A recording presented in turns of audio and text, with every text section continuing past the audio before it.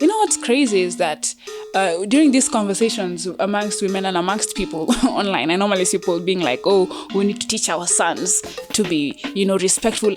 Please, don't go to talk to your husband. Talk to your brother. Before the son could even maybe not be born. He's not even born yet. Yep. We need to teach our sons. Please, just be direct. Tell your bro, man, you're harassing women. You need to stop that. It's not right. Welcome to Hadithi, the Nostalgia Podcast. We take you on a trip down memory lane to your primary and secondary school days through captivating compositions and inches, read to you by your favorite personalities. My name is Mariam. I am a TV and radio presenter and producer, aspiring foodie, all-round fun person who likes to hang with other fun people. And today I have the lovely Labdi Ommes with me. Labdi is a singer, songwriter, all-round creative. She's traveled all over the world with her unique sound. She's also known for her ability to merge traditional music with current sounds. She just launched a virtual art studio that showcases her very creative and unique pieces. Welcome to Hadithi, Labdi. Thank you so much. A pleasure to have you. Like I said, multi-talented queen. I do not know where to start, but singer-songwriter is probably where most people would know you from. Yeah, yes? Definitely. So tell me, at what age does Labdi realize this music thing, it's for me? Oh, that started a bit later than anything else. I actually started off as a fine artist. I've drawn all my life. My granddad is an artist, really good at drawing. So he taught me, he mentored me. So then I went into high school and I was writing songs for a girl band. I was in an all-girls school. And I was like, these girls are not singing the songs the way I want them to be sung, So after high school, that gap period when you have nothing to do, I decided to go to Sauti Academy, where I learned how to, use my voice a little bit. Then I went into uni and I was like, maybe this is something that I can pursue. I took up the Rutu and from then on, it's just been pure bliss.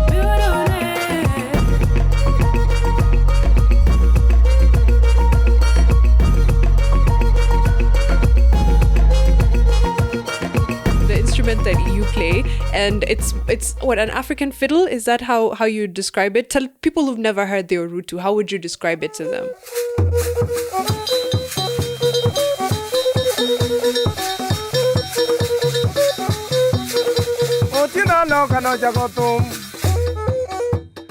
It is a single-stringed fiddle from Western Kenya, from Nyanza province to be more precise, because it's an instrument that surprisingly is found everywhere in the world. I'd give an example. In this country alone, we have the Ishiriri, which is the Luya version of that. That's people from Western Kenya. We have the Wandende, which is the central Kenya version of that. We have Zeze, which is the coastal area version of that. I'd go out of this country, I'd say Masinko, which is the Ethiopian version. I'd go out of East Africa and say the Riti, which is the Mali version of that. So it's one of those instruments. And do not call it as African violin, because it's not that. It's sort of an African violin. It's not an adaptation of the violin to be African. It is not. And if you look at all these Western instruments, quote unquote, all of them were derivations from instruments from all over the world, these zithers, the Chinese zithers and African instruments et al. So do not call it African violin. Aside from that, musically, Kenyan schools went through this very interesting transition. I think right before I got into school, 844 system, music was very well respected. The arts were very well respected. And they were given time. They were scheduled into your timetable. They were given not precedent really, but at least there was a conscious effort to get kids into learning music, into learning the arts. Yeah. And then at some point it just became, it's math, English, science, social studies, GHCRE, whatever you call it. So I don't know if there was ever a time when you felt like school nurtured the artist in you. I know you discovered it a bit later, but was there a time you felt like, maybe this education system gave me something and pushed me in that direction? Yes, I'd say yes and no. And this is a response that I normally hate. Yes and no. It's a Kenyan thing. It is. But then I got to really nurture and focus on my art in high school. And in that way, then I benefited because it was one of the classes that was offered, besides, the sciences being given priority at the time. But then also, sometimes I feel sad that the arts were literally removed from being, the main causes in the school system. But I'm also actually happy that in this new system, the new education system that was introduced, arts and music will be part of the system, and they'll be examinable, because that's what the problem was, is that they were in the system but they were not examinable, and no school wants to do courses or classes that are not examinable. It's competition everywhere. We've been brought up to be competing. Schools compete, so why then would you teach a class or put funds in a class that is not examinable? It's true. So now it's going to be examinable, and I'm really happy for the kids because they will really benefit from that. Yeah, it's full circle in a way. I guess we thought we didn't need the arts, but alas, we do need them. But I heard something in a previous interview of yours where you said you're not necessarily a believer in talent, because for most people, if I want to get into music or arts, I think I would need a natural propensity or a natural talent for it, and just be like, okay, I can draw. Let me go fine tune this. I can sing. But I think you disagree with that, yeah? I do. I strongly do believe that talent is it's a capitalist statement. It's an idea that was brought about that makes you think that, because I can't do it, because I wasn't doing it when I was 3 years old, then I can't get that kind of money. And I keep saying this, in the older systems, then you find a grandfather, a father and a son will do the same thing. Skills weren't based off of talent. It was based off of you taking time to learn. And that's the system that I come from. I'm African. We learn through apprenticeship. Because we see this all the time. Like, the greatest stories have to be the kid who's been dancing since he was 3 and now look at him, or he came out of the womb singing already, things like that. Like, if you did, good for you. I was just drinking milk. Maybe I'm talented in drinking milk, I guess. Now, a good example is that in high school, we had some students who came in... What high school, by the way? What high school? Loreto High School in Muru. Yeah. The national school. Chocks. No, Kotet. Oh, okay. Kotet. Oh, all right. My that bad. That mistake is worth taking to the grave. Kotet, okay? People are so sensitive. Kotet. Kotet, yes. Thank you very much. Chokserians, you can just follow me. Thank you. Can I tell you a fun fact? That might sound like a brag, but it's not. Yes. Fun fact, I got 99% in primary school. KCPE. Ooh, in English. Okay, so do I got not 49. Yes. In English. That is amazing. Yeah, because we had this head teacher who used to slap the shit out of us if you don't have the right vocabulary, if you don't have enough proverbs. What are they called? Similes, it's true. Similes and all these things. All Proverbs. Why do we talk about proverbs? That's a proverbs, by the way. She used to hit us like a madness. I don't know what it is with schools and violence. I love that one. You're an excellent composition writer, because I think you're really going to love this kid's story. We'll try and figure out what kind of kid wrote this, but it's called Once Bitten, Twice Shy. Yeah, you remember that one? What jumps into your mind when you hear Once Bitten, Twice Shy? It has to be a story of someone who's really suffering. Then, of course, it has to be a woman who's really suffering. That's the formula. All right. So let's see if you're right, one, that there's going to be some woman suffering. I'm going to call that your prediction. Wacha tuone kama bet yako itaswim. All right. Once bitten, twice shy. I heard a rap on the door of our house. I hesitated, thinking it could have been an illusion, a figment of my imagination. A figment. Ooh. It was not. The sound came again. This time a little more strongly. I got to my feet and opened without thinking. That was my mistake. My parents had always forbidden us to open the door without first inquiring who it was that was knocking. I thought of closing the door quickly, but there was no use. It was already too late. To my relief, I noticed standing out there only a middle-aged woman who could mean no harm to anybody at all. She had a camouflage covering her head. She was all smiles, as though she knew me only too well. It was ridiculous to consider screaming for no particular reason. Let me interrupt you there. First, she had a camouflage covering her head. Am I stupid? What does that mean? She had worn that jacket for an army. You wouldn't say like a camouflage jacket, a camouflage scarf. Okay. Camouflage. I noticed at once that she was a total stranger. A short black lady, almost my mother's age. She was heavily built. I had never seen her before. I tried to make up my mind quickly, dilly-dallying between whether to welcome her in at once or not. I decided I was not going to be rude. Big mistake. I ushered her in warmly and asked her to sit on the couch. Yes, she appeared dirty. I was tempted to remove the white covers spread on the couch before she could sit, but immediately thought against it. That too would be rude. I simply prayed that the seat would not be stained. I have something to say, Mary. Please say, because I think I was thinking it. Right? Okay. Yeah. So there's this tweet I saw some time back, and someone was like, mtu anatoaje. Can I speak Swahili? Yes. Mtu anatoaje harufu ya fundi kwa nyumba? Hey. If anyone knows the answer, why did you catch a feeling? I caught feelings. I was like, okay, first of all, it's a real thing. It's a very real thing. It's a real thing, but that's so rude. Let me disagree with you. I don't know why, man. The smell it's a lot. It is a lot. I think I have a very sharp nose. And it's any fundi. It doesn't matter ni wa steamer, ni wa maji, carpet. How hard is it to wear like a clean pair of socks? Or clean your shoes on the inside. I think it's not about the cleanliness, it's about the wetness. And I learned that from Nyandaro. I came back with wisdom, you see. Okay, for context, she was in Tafaria Castle over the December holidays. So Bridgeton. what happens with the wetness? It when shoes get wet, then it dampens the foot. So everything just stinks. No matter what you do. It doesn't matter whether you throw your whole leg in a kiln and burn it. It's just gonna stink. She asked me where my mother was. The sweet, bright, dazzling smile had not left her face yet. Your mother and I come from the same village, she said with the utmost conviction that would deceive even the most intelligent person. When I told her that both my parents were away at their respective places of work, she put on a disappointed appearance. She stared towards my younger brother who was snoring softly on the couch, oblivious of what was going on. Oh, I'm sorry, I forgot. Your mom mentioned to me that they go to work even on Saturdays. You'll tell her that Mama Angelina came here. She made as if towards the door. I calmed down. So all this while I had been jittery over nothing. I had known without any shadow of doubt that this woman could never harm a fly, let alone a 13-year-old girl who welcomed her to their house with open arms. Soon I was to discover that looks could deceive. Like a bolt out of the blue, I found myself being shoved roughly into my bedroom. I tumbled over my brother's ball, lost balance, and fell down with a thud. Where did that come from? I started to scream for help. Hardly had the shrill sound torn through the air when this savage of a woman got hold of me and began to gag me into silence.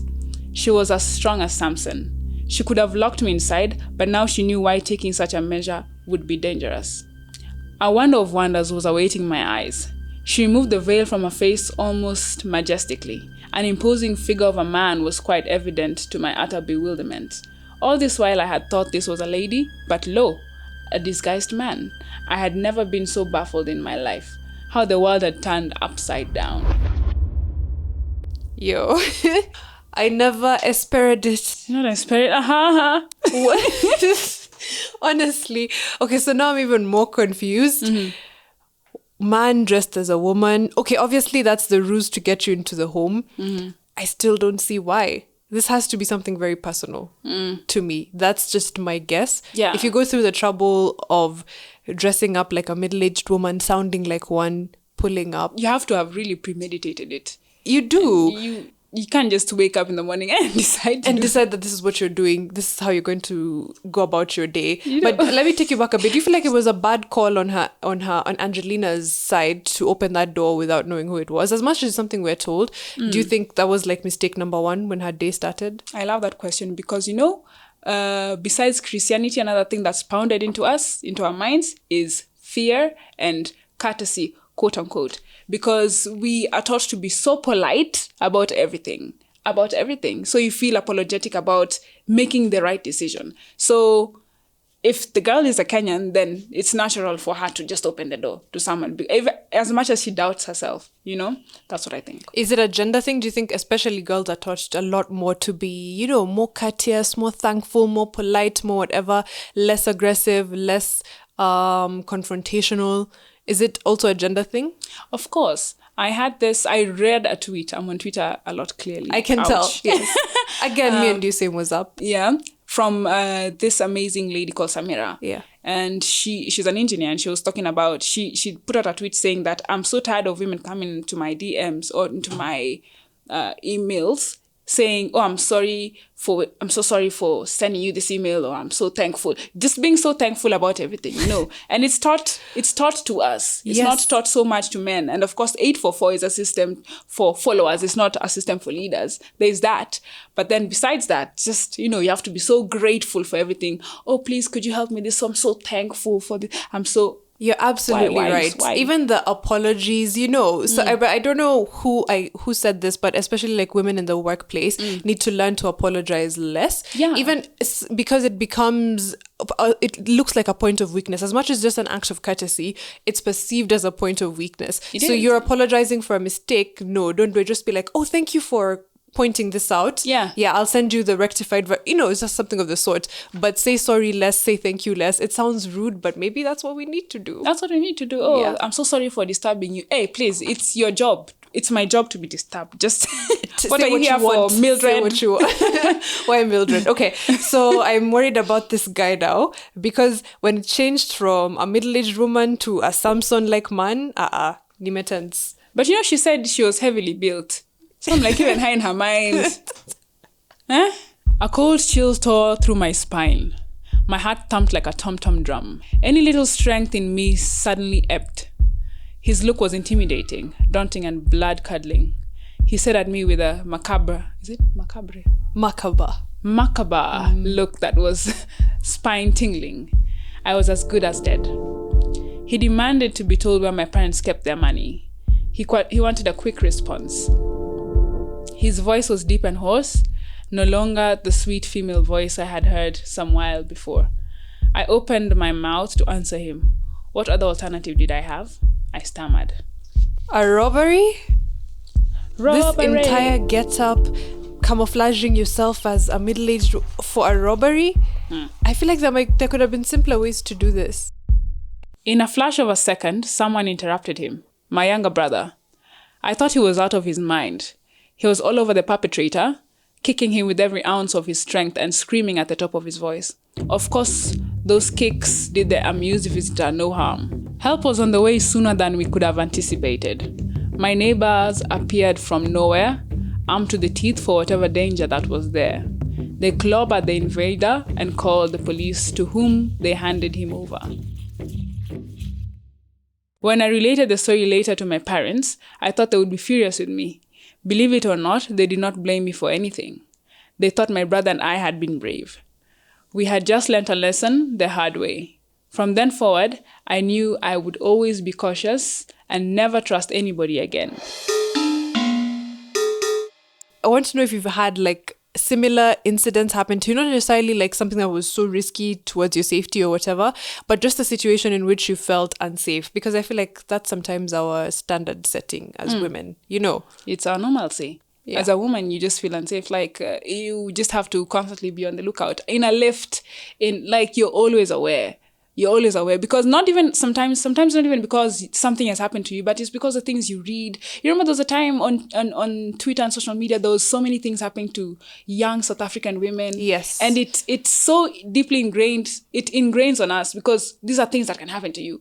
You just feel unsafe. There was a time I went to board a matatu, and there was just guys in the matatu. I didn't board the matatu. No, you have to come off. There's no way. No, do you know? Can I tell you the very interesting thing? And it goes back to what you said about men and creating the systems that oppress them. Even men, when they board a matatu, that's all men, they'll also start coming off, because that's a sign of danger for them as well. So you are the problem either way. Yeah. So that becomes your life just always being on the safety setting and everything. We have to live with heightened sensibilities, heightened everything. It's maybe it's exhausting. Do you ever think you'd like to rest one day? Not be so aware, not have to worry about what you wear, where you go, who you're with, You know what's crazy is that during these conversations amongst women and amongst people online, I normally see people being like, oh, we need to teach our sons to be, respectful. Please, don't go to talk to your husband. Before talk to your brother. Before the son could even maybe not be born. He's not even born yet. We need to teach our sons. Please, just be direct. Tell your bro, man, you're harassing women. You need to stop that. It's not right. You know what I'm saying? So, exactly. Yeah. That's very interesting because you're right. We do have a lot of those. Teach your sons to do better. Okay, but your husband, but your boyfriend, but your cousin, brother, your cousin, your boss, teacher, which is kind of hard because the system is geared for them. So there was a pretty happy ending to the story. Do you think Angelina really will never trust anybody again? Because that's what she says at the end. Like, let me get that exact statement. I would always be cautious. Yeah, I never trust anybody again. Is this one of those life-changing things that could probably scar her for life? I think so. A whole thief, a woman, then it's a man, it's even scarier. Because she let her in knowing that she was a woman. If it was a man, she wouldn't have. So true. Then when the whole system is changed on you, when it's a woman and then it's not, you're like, oh my God, this is it. Never trust anybody again. It's true, because even now the idea that you feel safer around women, it could be like, oh no, but it could be a man, so I can't trust her either. Like 5 years ago, some guy tried to, I guess it was an attempted robbery, actually, that's what I should call it, but he didn't get very far. So he just rang the doorbell on a Saturday afternoon at my mom's house. And it's a Saturday afternoon. You don't go apprehensively to the door, So she goes to open the door, very chill. And then the guy who's there just tries pushing the door in, and my mom reacted very fast. So she starts screaming. Our next door neighbor used to be very active in the KDF, whatever. He was actually in the KDF, retired a minute back, but he's still a young guy, mid-30s and what. He jumped over their entire, scaled their wall because he didn't have time to get the key to come open and come see who's screaming. So he just scaled their wall, jumped over it, came, and by the time that guy noticed someone scaling the wall, he really ran away. So I'm like, wow, this is the most neighborly thing I have ever heard of in Nairobi. He reacted so fast. So I'm like, okay, it's really not likely to happen, but there are those standout situations. Yeah. I'm happy for you that happened. He reacted so fast. My guy scaled the wall like a movie because I didn't even see it. I was inside the house. But I'm guessing by the time someone screams and you're fast enough to react and scare the guy before he even makes it into the house, you have to be super fast. Shout out to KDF. KDF. Shout out. Thank you so much, Labdi, for making time for us and for being so insightful. I want to plug people to where they can find your work, where they can find your art, where they can find your music, where they can find you and just maybe admire your pictures. Drop a like. Are you admiring my pictures? I am. Ooh. I was there yesterday. You should see the like. Oh, yeah. You can find me on all social media sites at Labdi Official. That's Facebook, Twitter, Instagram. I also know you have some new music out. Yes, I do. I released a single with Joash Omondi, an amazing producer from Nairobi. The song is called Duogi. And interestingly enough is that this first single we released is part of the Advent calendar for Stamp the Wax. So it's a charity release. So please go on SoundCloud. You can find it. You can find the link on my profile, actually. So find it. Buy the music, help somebody who needs help. 2020 was a difficult year. Let 2021 be different for other people. Blessings upon blessings. So, yeah.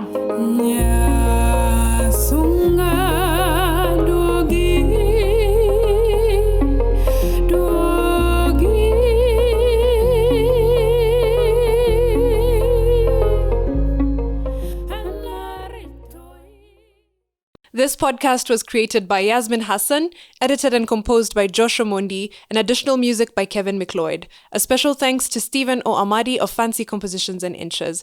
Remember to follow us on social media at Hadithi on Twitter, Facebook, and Instagram. Subscribe and leave us your reviews. Tell us what you think of our work and engage with us on the interwebs.